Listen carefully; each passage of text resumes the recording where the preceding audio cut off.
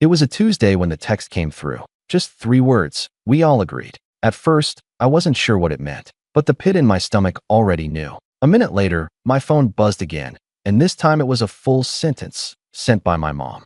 We all agreed. You're not welcome at the wedding. No punctuation, just that smug little dash she always used when she wanted to sound formal. A smirk in text form. I stared at the message, rereading it like the words might somehow change if I blinked hard enough. But they didn't. My sister's wedding. The one I helped pay for. The one I helped plan. The one where I'd spent months putting out emotional fires, listening to crying fits, and booking every vendor because my sister, Sarah, was too stressed to deal with it. The same Sarah who, 2 weeks ago, called me her emotional rock, while I wired over another $1,500 for centerpieces that looked like Pinterest threw up on a florist. My name's Kyle. I'm 31. And up until that message, I thought I was doing something good, being the glue that held things together for a family that always seemed just one missed call away from falling apart. I'm not rich, not by any means, but I've worked in IT long enough to put some money away. I've lived modestly, stayed single, and saved while everyone else splurged and borrowed. For years, I thought that meant I was blessed, and they were just unlucky. Turns out, being the responsible one just makes you the family ATM with no overdraft protection. The wedding was supposed to be next Saturday. A beachside venue on the coast, with a ridiculous ivory and gold theme my sister insisted was classy, but looked more like a royal baby shower. I paid for half the venue deposit, booked the flights, even reserved the honeymoon suite in Cabo under my name because my mom's credit wasn't good enough to secure the reservation. And now, I wasn't welcome. I didn't respond to the message. I didn't need to. Instead, I opened my laptop and quietly logged into the travel portal I'd used for the honeymoon flights. 2 round-trip tickets, business class, under my email.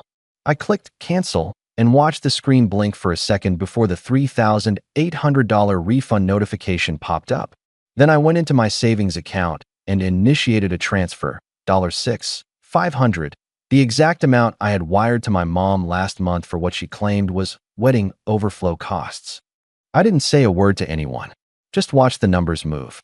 I felt nothing, not anger, not even sadness, just a strange sort of calm, like I'd been holding my breath for years and finally exhaled. The first call came at 8:17 p.m. It was my sister. I let it ring. Then came my cousin, then my uncle, then mom. I turned off notifications and went about my night, reheating leftovers and watching a documentary I didn't absorb a second of. By morning, there were 23 missed calls, 4 voicemails, and a single message that made my hand go cold. Please call me. It's Dad. That stopped me. My dad usually stays out of the chaos. He's a quiet man, the kind who'd rather tinker with a busted coffee maker than get involved in family drama. When I was a kid, I used to think he didn't care. As I got older, I realized it wasn't that. He just picked his battles carefully. And for him to step into this one, something was off. But before I could process it, the voicemail started playing in my head, echoing even though I hadn't hit play. I imagined Sarah's whiny tone, Mom's theatrical sobbing, maybe a guilt-laced message from an aunt who hadn't texted me in 2 years. I wanted to delete them all. I really did. But that one message, from Dad, lingered. This didn't come out of nowhere. It started small. A sideways comment here. A joke there. Last Christmas, Mom said, "Well, at least Sarah will give us grandkids." Not everyone can say that. At the time, I laughed it off. I've never wanted kids, and I'm okay with that. But it stung in a way I didn't admit. Then, during Sarah's engagement dinner, I noticed I wasn't seated at the main table. Just to keep things even, Mom had said. But my younger cousin's boyfriend, who'd only been around for 3 months, was seated next to the groom. I swallowed that one too. Like always. They were always little paper cuts, never big enough to justify a confrontation. Until suddenly, they were. After Sarah got engaged, everything became an emergency. Mom called me in a panic over cake samples. Sarah had meltdowns about bridesmaid dresses. I was expected to cover whatever the groom's family didn't. And I did, because I thought helping meant belonging. I thought showing up with my wallet was how I proved I mattered. But it never bought me a seat. It just made me the unpaid intern of their fantasy wedding. And now I wasn't even invited. I sat on the edge of my bed that morning, my laptop still open, the email confirmation of the canceled flights glowing like a quiet middle finger. I scrolled through the missed calls, each name a little louder than the last. Then I got to the message from Dad. Just 6 words. You need to see this now. That's when my stomach dropped. I stared at the message from Dad, my thumb hovering over the screen. You need to see this now. 6 words, but they carried the weight of something heavier than guilt. My father has always been a man of few words, but every one of them is measured. He's not dramatic like Mom, not manipulative like Sarah, and definitely not the type to panic. So if he said I needed to see something, it wasn't going to be another teary voicemail or passive-aggressive family group chat post. I called him. He picked up before the second ring. Kyle, he said, voice low. You got a minute? Yeah, I said, and suddenly my mouth was dry. What's going on? There was a pause. I could hear the muffled thrum of a television in the background, then the volume clicked off. I didn't know they were going to do that. Your mom and your sister. I just found out this morning, after they locked down the seating chart and made the announcement in the family group chat. I'm not even in the group chat, I muttered, more to myself than him. I know, he replied quietly. That's part of it. Another pause. Then he said, Kyle, they told everyone you chose not to come. That hit me harder than I expected. I blinked, trying to make sense of it. What? They said you were pulling one of your loner stunts. That you got upset over something minor and backed out. Sarah told the family you were always a bit dramatic, and this time you went too far. That you didn't want to be there. I laughed, sharp, bitter, humorless. So they kicked me out and made it my decision? Worse, he said. Your mom said you threatened to ruin the wedding if you came. That knocked the breath out of me. She what? Dad sighed, like you didn't want to be the one saying this. She told Sarah's in-laws you were emotionally unstable, still bitter about being single, and that you were jealous of your sister's happy ending. Said you were making everything about you, like usual. Like usual? My voice cracked. I had to stand up. My apartment suddenly felt like it was shrinking. I know, son, Dad said quickly. I know that's not who you are. I've watched you pick up every piece they dropped. You handled that entire engagement party, and no one thanked you. You paid off Mom's second credit card last summer without saying a word. You showed up every time they didn't. But they don't see that. Or maybe they do, and it threatens them. I leaned against the kitchen counter, my hands shaking. So this whole thing, this exile, was a setup? To make me the bad guy? Dad hesitated. Then, with an exhale, said, It's worse than that. They already started telling people you refused to fund the honeymoon out of spite. That's when I knew something had changed in me. Something broke, but not in the way I thought it would. I wasn't hurt anymore. I wasn't even angry. I felt detached, cold. Like I was watching a rerun of a show I used to care about but now knew all the plot twists too. They took the money, Dad, I said flatly. $6,500 wired to Mom's account for the honeymoon. I canceled the flights last night. The refund's already back in my account. He was silent for a moment. Then, softly, good. It was the first time in years my father had supported one of my decisions that openly. He wasn't a man of grand gestures, but that one word meant everything. Then he added, There's something else. I wasn't going to tell you, but I think you need to see it. I heard rustling on the other end. Then the ping of a message coming through. I opened my phone. It was a screenshot. A group chat, Mom, Sarah, and a few of the aunts. My name was mentioned in the thread. Mom texted, Don't worry about Kyle. He's just sensitive because no one's ever loved him enough to marry him. I'll talk to him after the wedding, once he realizes how childish he's being. Sarah texted, He's a ghost. Let him fade. Just need to make sure he doesn't embarrass us. And Cheryl texted, So we're agreed, no +1 for him even if he begs? Mom texted, Exactly. No seat, no speech, no drama. He'll get over it. He always does. I read the messages twice, then a third time, and then I deleted them, not out of denial, but because I didn't need to see them again to know the truth. I'd always been an outsider in my own family. The helper, the fixer, the invisible glue. But glue doesn't get a seat at the table, it just holds everything else together while it cracks. And they were right about one thing. I wasn't going to beg. That evening, I sat down and began making a list, not of people to confront, but of systems to dismantle. They wanted me to fade quietly. But they'd forgotten something. I was the one holding the strings. The joint Costco membership with Mom? Canceled. The Hulu, Netflix, Disney Plus family plans? Removed their profiles. The auto payments I'd been quietly making on Sarah's student loan? Disabled. And the best part, the venue deposit for the wedding? Still under my name. Technically, I was the primary contract holder. They'd never paid me back for that check I wrote to lock in the date.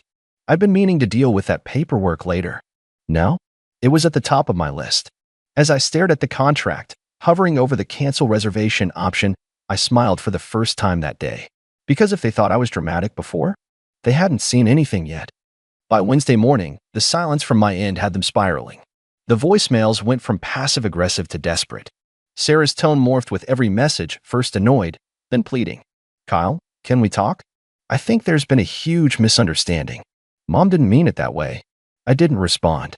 I listened with my arms crossed, each new message only confirming what I already knew. They were trying to put the toothpaste back in the tube, and it was far too late for that. But I wasn't interested in revenge for the sake of ego. This wasn't about lashing out. This was about letting go and making sure they felt it. That afternoon, I sat down with a black notebook and started writing out every account, every auto payment, every password-protected bill I had my name attached to. I wasn't dramatic. I was thorough. The irony? They called me the cold one, the robot, the one who didn't feel things like the rest of us. They were right in a way. I didn't blow up. I didn't scream. I calculated. I logged in. Mom's phone plan, which I'd been paying for since 2019 when she got laid off. Suspended. She wouldn't even notice until she tried to make a call during her hair trial on Friday. Sarah's Venmo, which was connected to my bank as a backup card from when she overdrafted 3 times during college and never figured out how to remove it. Unlinked. And then I reported the suspicious charges on my account just for fun. Fraud protection is a beautiful thing. By Thursday morning, I had an email from the wedding venue. A polite but firm confirmation. Your cancellation request has been received. Per the contract, your deposit will be forfeited unless a replacement booking is secured. I smiled. Let them explain that to the 118 guests flying in for a Saturday ceremony that suddenly didn't have a legal reservation. Around noon, my cousin Mark called. He's the only one who ever treated me like a person, not a tool. His voice was tired. Kyle, what's happening? I didn't lie. I'm done funding a family that sees me as a wallet with legs. He sighed. They're freaking out. Good. Sarah's having a meltdown. She's saying you're ruining her marriage. I gave a dry laugh. If a canceled flight and a frozen honeymoon fund ruins a marriage, maybe it wasn't built to last. He didn't argue. He just said, I wish you'd told me sooner. I always knew they leaned on you too much. That night, I opened my laptop again and logged into my dad's old Dropbox account, the one we used when I helped him digitize all the family records a few years back. Inside was a goldmine of scanned receipts, emails, even the original invoice from the engagement party that I paid for but Mom conveniently forgot I covered. I created a new Google Drive folder, uploaded everything, and titled it Contributions from Kyle Nobody Wanted. Then I copied the link and sent it to every family member on the group thread. I didn't write a caption. I didn't need one. Less than 5 minutes later, I was kicked out of the family chat. Perfect. But the real turn came Friday morning, the day before the wedding. I was sipping coffee, enjoying the quiet, when I got an email from the groom's mother, Linda. We'd met once. She was kind, poised, and very by the book. The kind of woman who kept her silverware aligned and said darling instead of sweetie. Her message was short, but it rattled me more than any voicemail. Subject, concern about the wedding. Hi Kyle, I wanted to reach out directly. I've heard bits and pieces about what's going on, and quite frankly, I'm alarmed. If you have a moment, could we speak? I feel like I'm missing some very important information. Best, Linda. That was the moment I realized this wasn't just family gossip anymore. This was a thread unraveling from both ends. I called her. She answered immediately. Thank you for calling, she said, formal but with an edge of concern. I don't mean to overstep, but my son just informed me that the venue may have been canceled. It was, I said plainly. I paid the deposit. It was under my name. She was quiet for a second. That's not what we were told. I'm sure. Another pause. She cleared her throat. Kyle, I don't know what's been said, but I was told you declined to come. That you'd backed out because you were bitter. I let the silence hang, then asked, do bitter people usually pay for floral arrangements, the wedding cake, the DJ, and half the venue? Linda inhaled sharply. I was unaware of any of that. Of course you were. They needed someone to blame when I pulled out. And when I stopped funding it, they made sure to do what they always do, point the finger at me. Her voice lowered. I understand now why you've distanced yourself. I would have too. But, Kyle, there's something you should know. Sarah, she opened a joint credit card with your mom last week. And she used your name on the application. I froze. What? They claimed you co-signed. My husband caught it when we reviewed the final expenses. He recognized your name on the paperwork. That was it. That was the part that changed everything. I wasn't just the family ATM anymore. I was a target. I sat there, my coffee suddenly cold in my hand, the room closing in around me as Linda's words echoed in my ear. They claimed you co-signed. I hadn't. Not even close. I've always been careful about credit. Guarded, even. After watching Mom default on a car loan in my early 20s and drag her credit into the basement with mine tethered behind it, because yes, she had convinced me to co-sign that, I'd spent the better part of a decade fixing my financial reputation. I knew better. I hadn't signed anything for this wedding outside of what I paid for directly. Do you have a copy of the application? I asked Linda, my voice calm but clipped. I do, she said. Would you like me to send it to you? Immediately, please. A few minutes later, it landed in my inbox. There it was, staring back at me. An application for a high-limit wedding credit card with a forged digital signature. My name, address, social security number, even my old work email, probably lifted from tax forms or bank records they still had lying around. I didn't feel rage. I didn't feel sad. I felt clear. All these years, I'd been the fallback plan. The fixer. The silent financier. But forging my name? That wasn't desperation. That was entitlement soaked in fraud. That was theft. And it was the final straw. I filed a fraud report with the credit card company. Took screenshots of every detail. Then I filed a police report. I attached the documentation, the forged application, and a notarized statement of non-consent. Then I picked up my phone, and for the first time since Mom's smug message that started all this, I called her. She answered on the second ring, like she'd been waiting. Kyle, she said, her voice overly cheerful. I was just about to call you. Stop, I said, flat. I just want to hear it from you. Did you sign my name on a credit card application? Silence. Kyle, you're being ridiculous. That was just a backup in case the honeymoon ran over. You know how these things go. Did you sign my name? A long pause. Then, Sarah said you would have done it if you knew it was important. I let that hang there like a guillotine. That's not an answer, I said, my voice cold. But it's fine. You can explain it to the investigator when they call. That cracked her mask. What? Are you serious? Kyle, we're family. You're really going to make this ugly over a little misunderstanding? Mom, I said, cutting her off. You kicked me out of a wedding I paid for, lied to everyone about it, and committed fraud in my name. I didn't make this ugly. You did. I'm just putting it in the light where it belongs. Kyle, honey, please, we can fix this. I hung up. That evening, I drove to my dad's place. He was waiting for me on the porch with 2 beers and that silent, weathered look he always wore when things got heavy. You okay? He asked as I sat beside him. I nodded slowly. Getting there. We didn't talk much. We didn't need to. He just handed me the beer and we watched the sun dip below the trees. Eventually, he said, you did the right thing. And somehow, that meant more than anything. The fallout came fast. First came the phone calls from family, my aunts, my cousins, even Uncle Greg, who hadn't spoken to me since 2016. They all wanted to know what was really going on, why the wedding was off, why Sarah had posted a cryptic Instagram story about being betrayed by blood. I didn't respond. Then came the texts, the apologies, the guilt trips. Kyle, I had no idea. We should have stood up for you. Can we please talk? But I was done being their emotional janitor. I let the calls go to voicemail, let the texts sit unread. As for the wedding, it never happened. With the venue canceled and no backup secured, they tried to pivot to a backyard ceremony. But the guests were confused, some turned around mid-flight, and the groom's family, having learned about the forged credit card, called the whole thing off. Apparently, financial fraud before the vows isn't a great look. Sarah went on a posting spree. Cryptic stories, Bible verses, passive-aggressive quotes about snakes in the grass, and family who turns their back on you. I didn't flinch. Because here's the thing. Sometimes the best revenge isn't a dramatic confrontation. It's not yelling or exposing someone in front of a crowd. Sometimes it's just clarity, quietly dismantling the system that took you for granted. Walking away while the whole rotten house collapses behind you. About a week later, I got a final message from Mom. You've made your point. We're all hurting. You didn't have to go this far. I didn't reply. Instead, I changed my number.